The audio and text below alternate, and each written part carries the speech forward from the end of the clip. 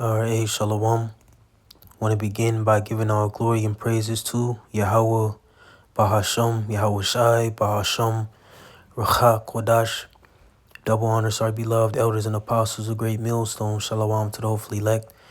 And Shalom to all the Akim pushing this truth with sincerity. It's a brother Atazawan from the GMS Columbus, Ohio branch. Coming back again with another video through the Spirit. Lord willing, it is edifying. And pretty much through the Spirit, I had a few topics, on my mind. And I really just wanted to hit record through the Spirit, late night, just getting off the plantation. All right. But all in all, okay, a certain quote, has been, just constantly coming to mind. All right. And it was pretty much, from a video that had surfaced. I believe a brother had posted it, or it may have been a clip. All right, I believe it's from a brother video I was watching. I'm not for sure which brother or elder it was. But ultimately, it was just concerning, the riots and, the protests and things that are, ultimately, scattered amongst Babylon, concerning, ICE and, just the different things that are happening in the world, or in America, if you will. And pretty much, it was from a veteran, a lady, an elderly lady. Okay, and they was getting smacked with tear gas and all types of shit, whatever. All right, and and I quote, all right, she said, "This is not America." Okay, she said, "This is not America." And Lord willing, that may be the title of this lesson here. Okay, and when she said that, I was just thinking about a few scriptures through the Spirit. And, all in all, she's right. Okay. Because what, we ultimately see, all right, the state of America on a decline, a rapid decline. Okay. And in that, we are seeing the end of a civilization, right before our eyes. Division amongst the people. Okay. Sedition among men, real quick. Just go ahead and go that way. And second address. Okay. Second address 15 and 16. I start at 14. It says, "Woe to the world and them that dwell therein, for the sword and their destruction draweth nigh. And one people shall stand up and fight against another, and swords in their hands." Right. And, I was watching a funny ass video of this MAGA, all right, whatever you want to call him, MAGA supporter.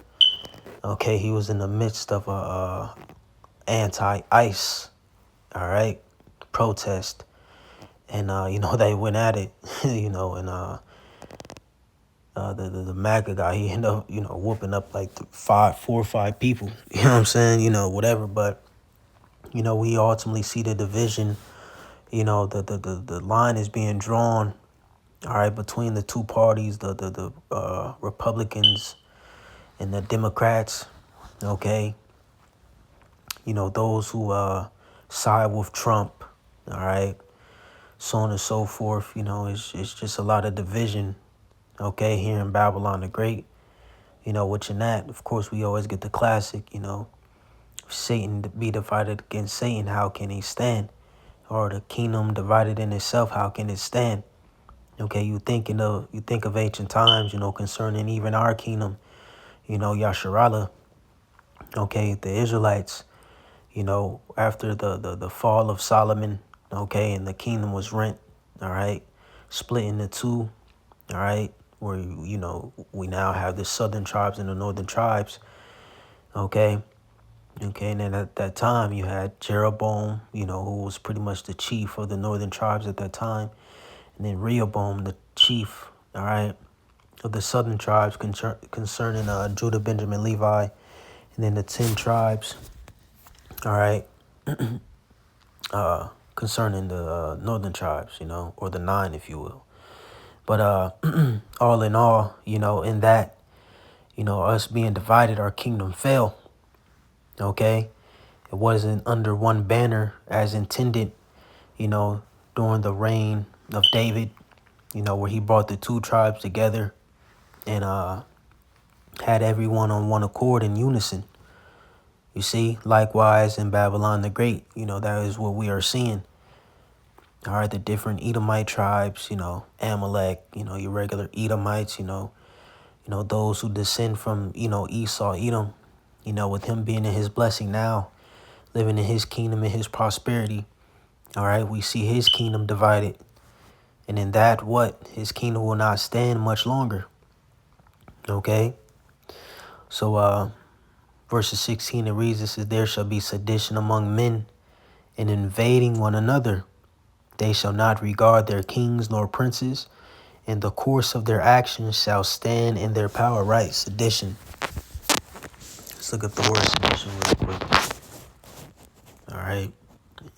These are, things that we have to continue to bring out concerning the times. We are authorized, via Yahweh Shai, all right, to be watchmen, to feed the flock constantly, all right, as it is written in John the 21st chapter, when Yahweh Shai questioned Peter, thrice, all right, he told him to feed his sheep, all right, so it may be repetitive, it may be, tiresome sometime, but all in all, if you're locked in and you're engaged, you don't get tired, of hearing the fall of your enemies, seeing what's going on in the news, all right, so on and so forth. Anyway, sedition is a rebellion, uprising, revolt. You see, factious commotion in the state. And that's exactly what we are seeing in the world today. Everything that is happening, all right before our eyes, in the media, state to state, so on and so forth, is literally biblical prophecy, man. All right. And see, man, through the spirit, just meditating on, things and, shit like that, Jake, always, somewhat worrying, what I'm saying? It's just really the flesh, but, we got to tap into the spirit and really understand the times that we're living in and really rejoice, all right, and be grateful and thankful that we are literally seeing the fall of our enemies right before our eyes. All right, let's jump back to that Job 18. We are seeing this man's light being put out. Okay, again, this is not America, man. This is not the, the mediocre, white family, the 1955 Buick in the driveway, the white picket fence, the apple pie in the window, birds chirping, and all that shit is dead. All right, the light of the wicked is being put out. Let's read it. Job 18:5 says, the light of the wicked shall be put out, and the spark of his fire shall not shine. Right, or his left hand wisdom, so on and so forth. His light, him being in a illuminated state right now, it is being put out right before our eyes. Okay, let's go A and P. It says, indeed, the light of the wicked will be put out, and the flame of his fire will not shine. You see? So this man is growing dim. All right? He's growing dim. You see this man's light is being put out. Let's get another precept. Proverbs 24 and 19. See? This is Proverbs 24. I'm going to start at 19. It says, fret not thyself because of evil men, neither be thou envious at the wicked. Right? We know the wicked to be who? Esau, Edom. All right? The one that was born and ordained to be adverse to the ways of the Heavenly Father, to be an adversary, to be the devil, to be the physical embodiment of Satan, to manifest, satanic and demonic practices and a corrupt, ill rulership on the planet Earth. When you read 2 Thessalonians, the 2nd chapter, it taps into that. How, ultimately a man or a nation would desire to be as the Most High, okay, and their works, all right, or their working will be backed by Satan, okay? So Esau, Edom, is the wicked. No matter how he tries to cover it up, his works show forth that. Okay? And as it is written again in 2 Thessalonians, the 2nd chapter, this man is about to be taken out of the way. All right? Enough is enough. So this is Proverbs 24:19. It says, fret not thyself because of evil men. Right. And, just looking up that word fret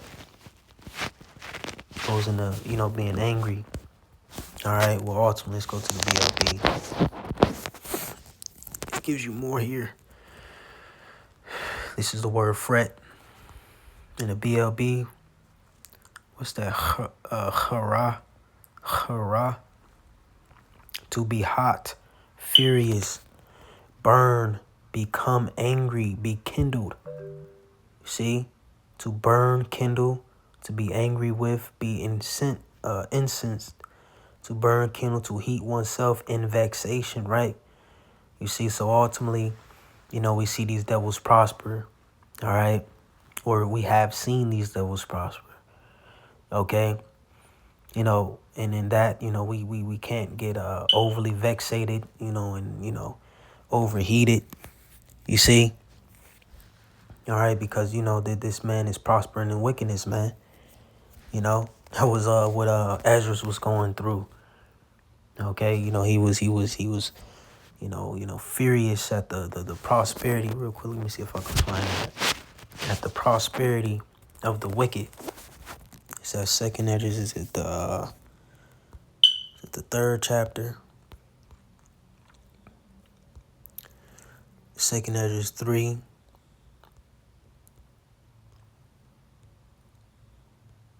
All right, because he was just comparing the acts or the ways of the Israelites, okay, and the ways of the wicked. Okay, he was producing his cause, why he felt the way he felt. Okay, let me see. 2nd Ezra is the 3rd chapter.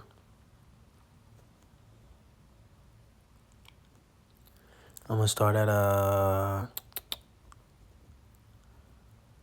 26. It says in all things did even as Adam and all his generations had done, for they also had a wicked heart. Hold on, let me see. Come on. Keep continuing on, verse 27. It says, and so thou gavest thy city over into the hands of thine enemies, and their deeds then any better that inhabit Babylon, that they should therefore have the dominion over Zion.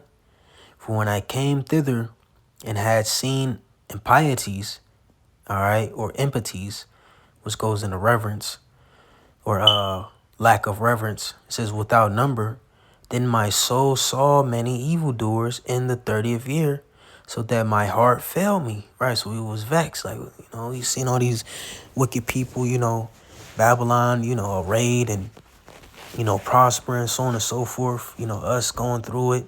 He's like, man, hold on, man. How the hell, when we was doing all our wickedness, we got punished and, what I'm saying, whooped up, and, these men, conquered us, so on and so forth, and they living even worse than we are, Verses 30, it says, for I have seen how thou sufferest them sinning, see, and hast spared wicked doers, and has destroyed thy people, and has preserved thine enemies, and has not signified it.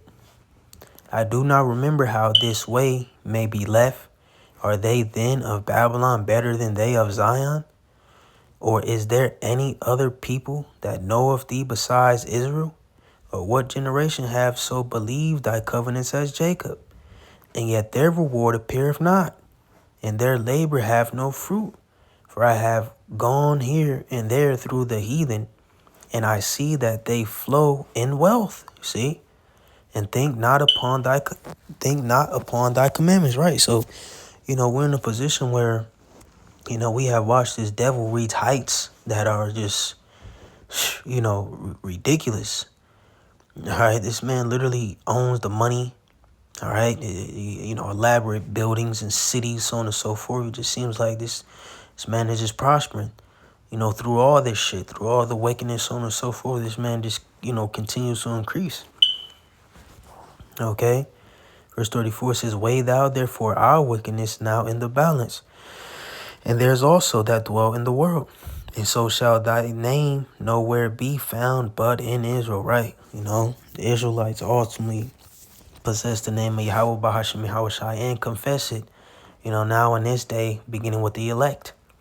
Okay, but like I said, just bringing out this example, Ezra, was pretty much in that spirit, all right, of, fretting against the heathen, okay?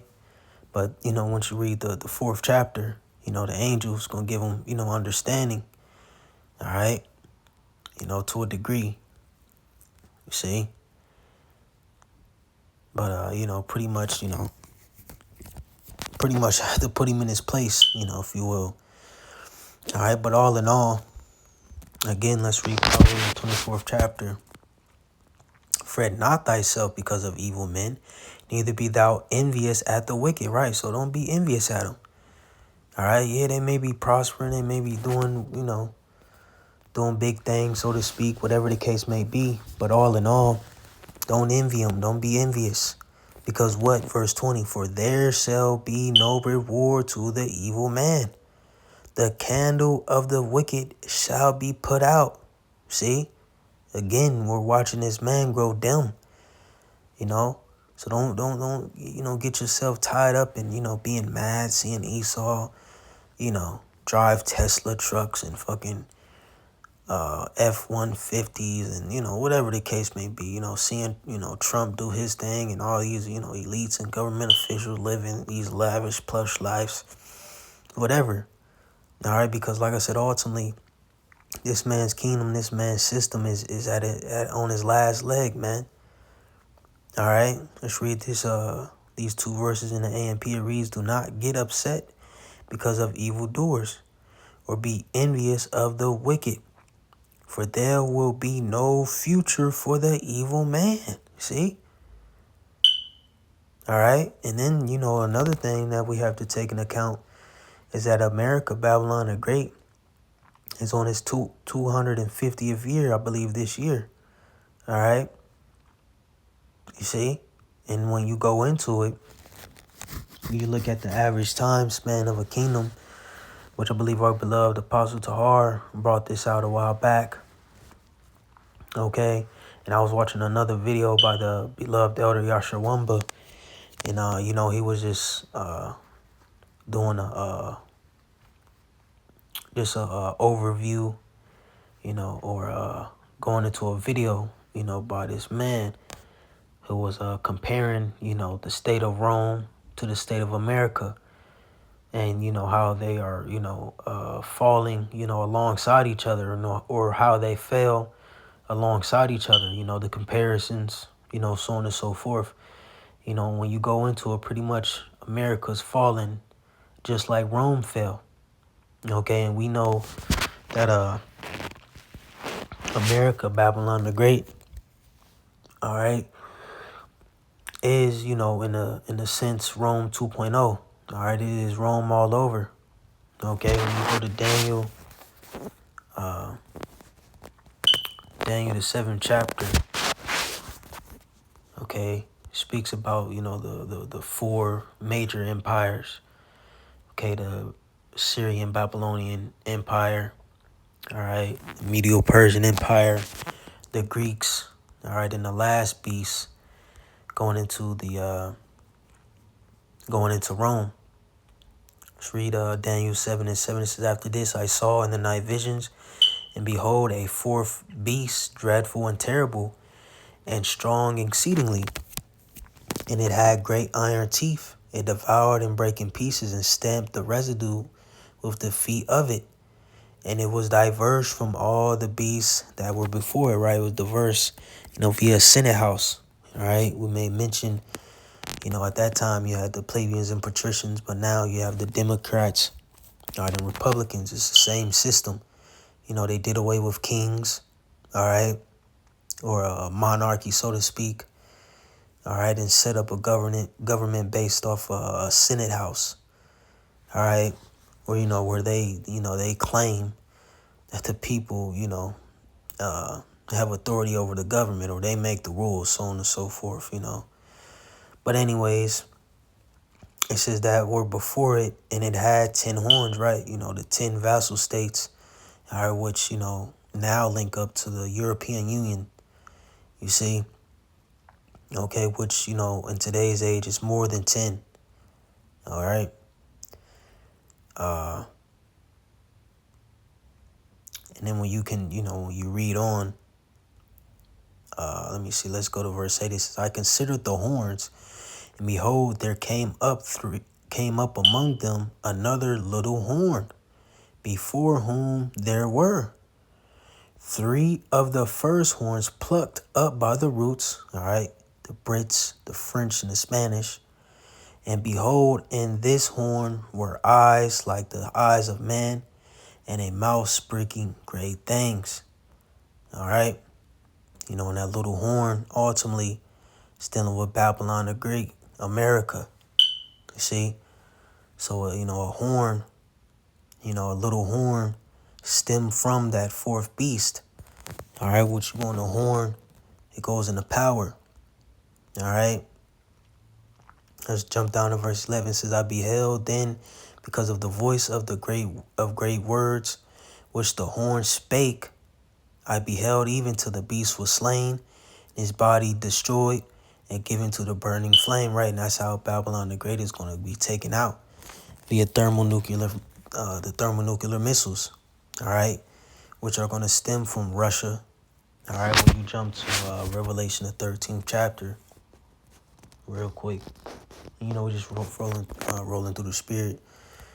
Revelation 13:1, it says, and I stood upon the sand of the sea, and saw a beast rise up out of the sea, having 7 heads and 10 horns, and upon his horns 10 crowns, and upon his head the name of blasphemy. All right, continuing on, verses 2, it says, and the beast which I saw was like unto a leopard. Right, ultimately, going into, the different, power structures, empires, that stem from Esau, Edom, that leopard, beginning one of the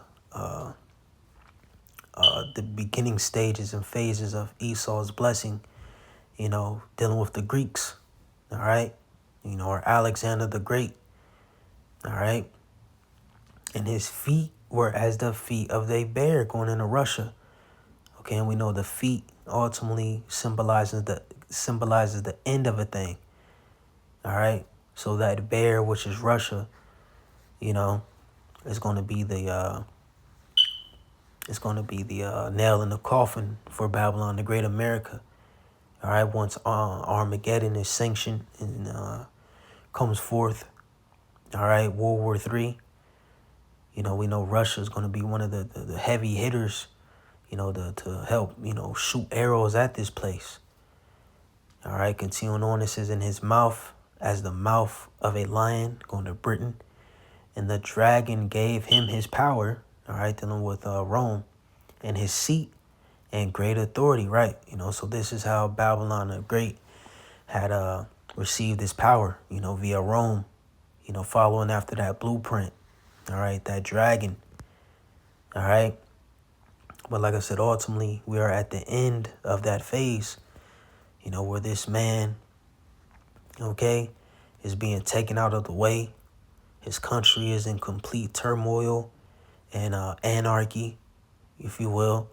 Now, we know, of course, things are still, afloat, so to speak. But all in all, this man's kingdom is just slowly diminishing, man. It's, decrepit, weakened. See, infrastructure is weak. People are weak. His dollar is weak. Like the scriptures speak about in Habakkuk, if you will, about this man lading himself with thick clay. He's printing money out of thin air. All right, etc., man. So, seeing all these things come to pass, we are to rejoice. Okay, and be grateful and thankful that we are witnessing our enemy being taken out, man, slowly but surely. get a precept for that. Sirach, the 25th chapter. And verses 7, it reads, it says, there be 9 things which I have judged in mine heart, to be happy, and the 10th I will utter with my tongue. A man that have joy of his children, and he that liveth to see the fall of his enemy. All right, who's our enemy? You read a list of those enemies, chiefly with